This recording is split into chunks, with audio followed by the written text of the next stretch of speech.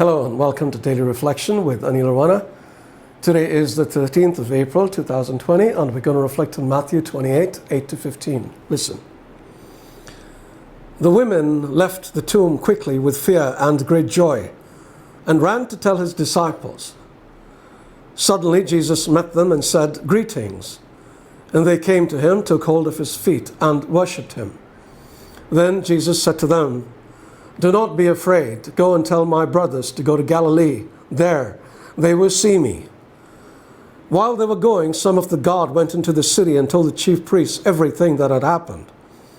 After the priests had assembled with the elders, they devised a plan to give a large sum of money to the soldiers, telling them, "You must say, 'His disciples came by night and stole him away while we were asleep.' If this comes to the governor's ears, we will satisfy him and keep you out of trouble." So they took the money and did as they were directed. And this story is still told among the Jews to this day, the gospel of the Lord. In my very abbreviated reflection yesterday, I had said that despite the current situation in the world, nothing should take away from the joy of the risen Lord. I had a few people ask me how it was possible to be joyful at such a time when there was the very real prospect of losing jobs, running out of money, not being able to get provisions, even losing people we love. So what was that about not being afraid?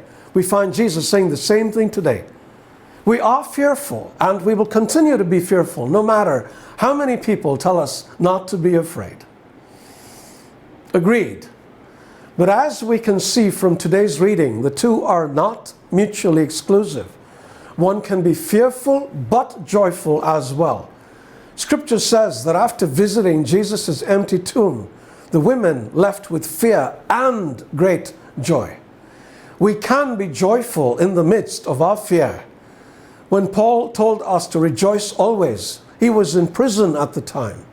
I know that we are beginning to feel like prisoners now, locked in our homes, but Paul was in a real prison, one with bars and no social media, but he never lost his joy. Paul also went through a lot of other stuff. He was lashed, beaten with rods, pelted with stones. He was shipwrecked and lost at sea. He was in constant danger from all kinds of people and all kinds of things. On several occasions, he went without food, not out of choice. See 2 Corinthians 11, 24 to 28 for a full description of his trials. Was Paul afraid? I'm sure that there were occasions when he was, but he remained joyful. How is this even possible, you might ask? Because Paul didn't focus on the bad stuff, he focused on the good, and that, of course, was Jesus and eternal salvation. We need to focus on Jesus too.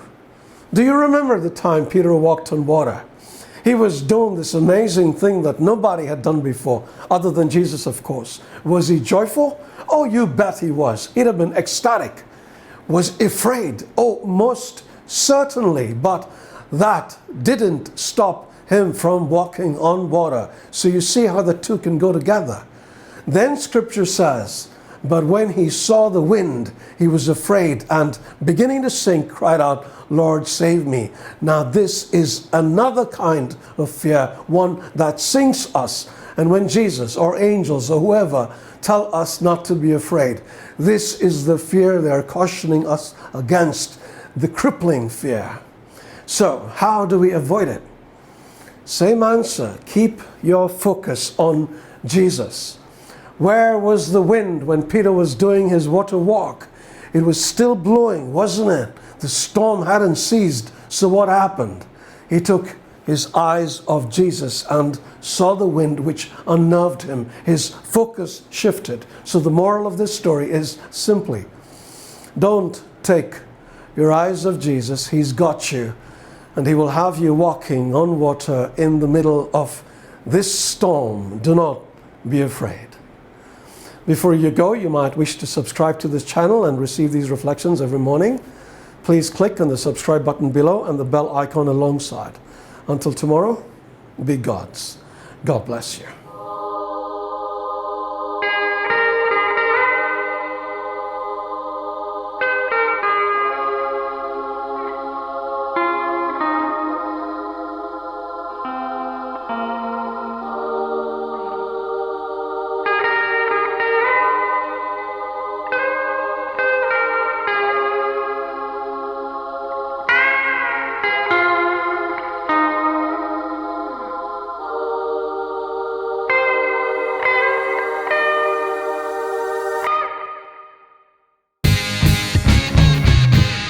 walked on water when the water was rough, when the storm was blowing and the going was tough.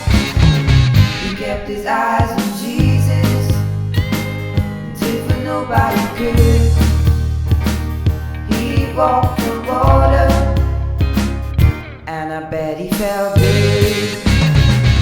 When I am lonesome and I'm feeling all blue, when life seems awful and I can't get through,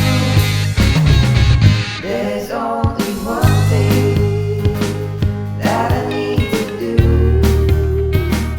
and that is, dear Lord, to fix my eyes on you.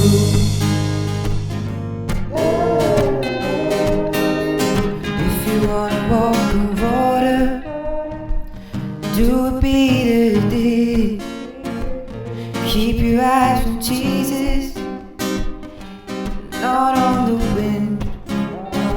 The storms will keep blowing, there'll be trouble and strife. With your eyes on Jesus, you'll sail through life. Oh, you'll sail through life.